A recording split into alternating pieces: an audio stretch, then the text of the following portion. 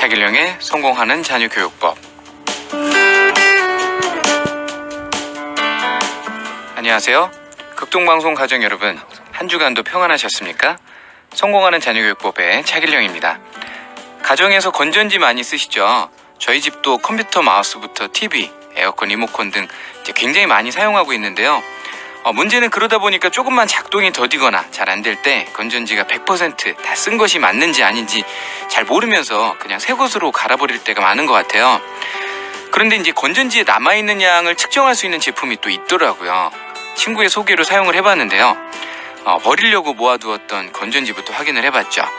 거의 많은 건전지들이 아직 사용할 수 있는데 버려질 뻔했더라고요. 그때 문득 그런 생각이 들었습니다. 우리는 매일매일 하나님으로부터 100%의 사용량을 부여받고 있는데요.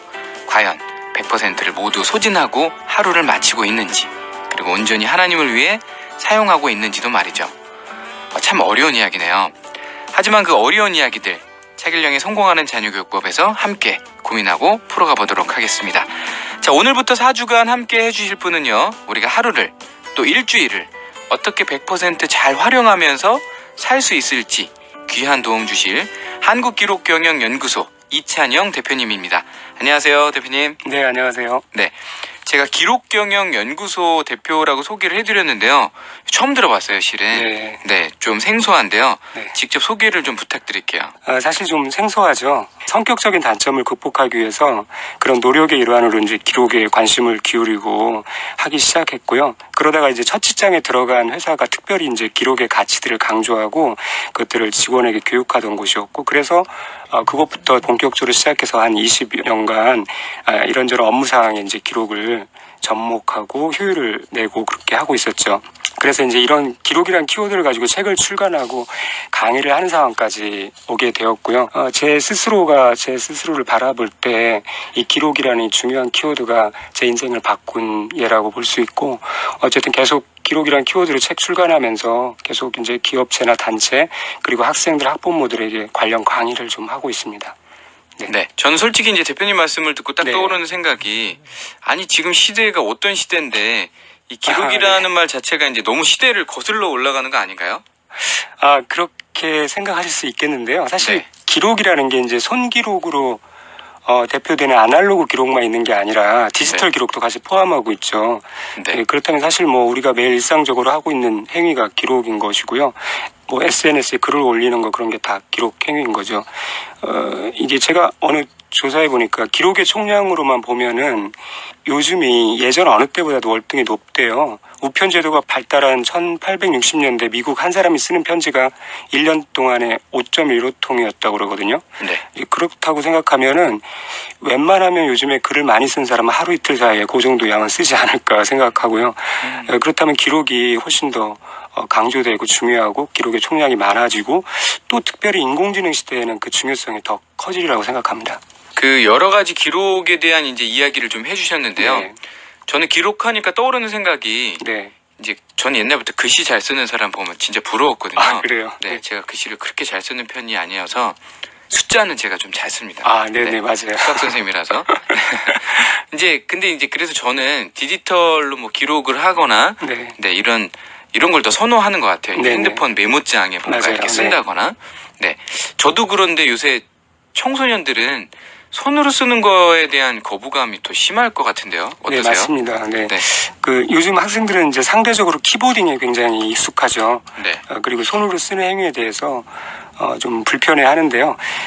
글씨체가 예쁘지 않기 때문에 또 글쓰기를 좋아하지 않는 그런 경우도 있다라고 생각하고요. 그렇게 이제 악순환이 되풀이 되는 거죠. 그래서 제 생각으로는 저학년 때 이 펜글씨 교본 같은 것을 통해서 글씨체를 좀 교정해 주면서 자기만의 어떤 글씨체를 갖도록 해주는 것, 그렇게 도와주는 것들이 좀 필요할 것 같고요.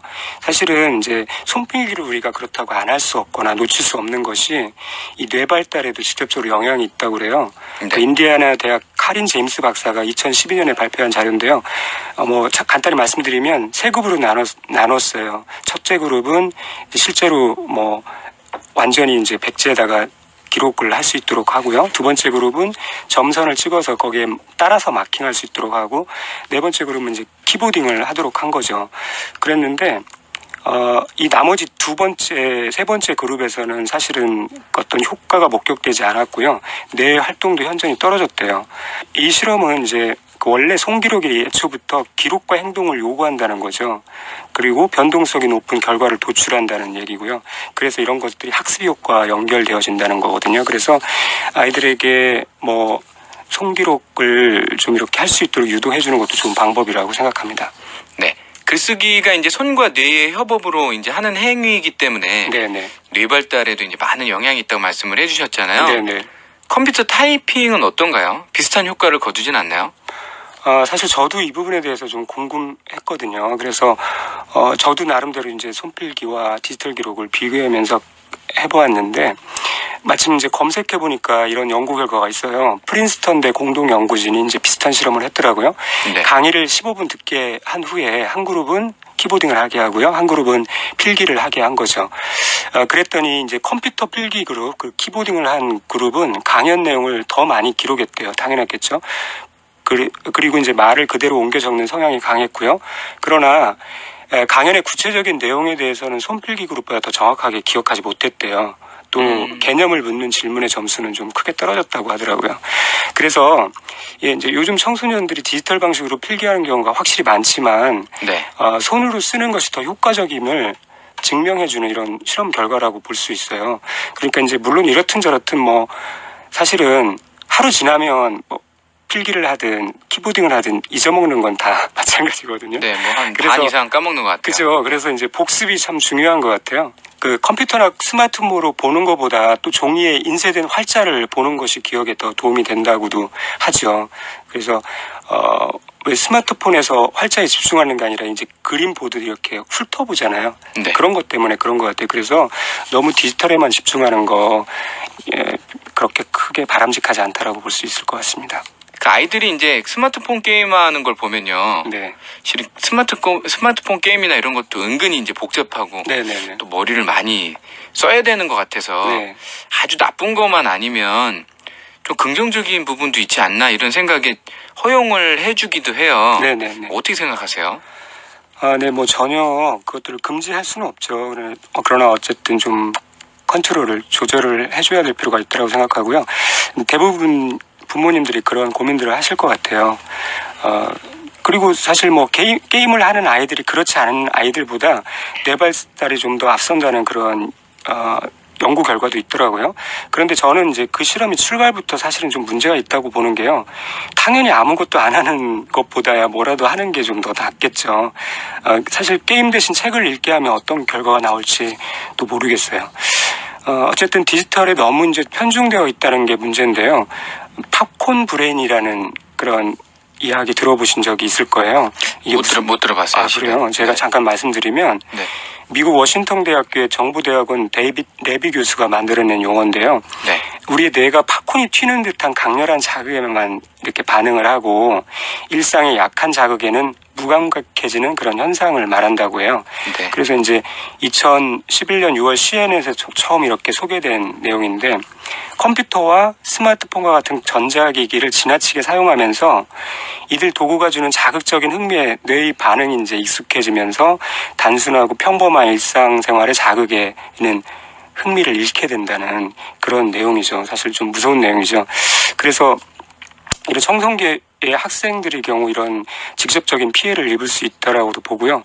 방금에도 말씀드렸다시피 SNS와 같은 짧고 단편적인 정보에만 너무 지나치게 노출되면 사실 정상적인 독해력이 심각하게 저해되는 부작용을 초래할 수 있다라고 생각이 됩니다.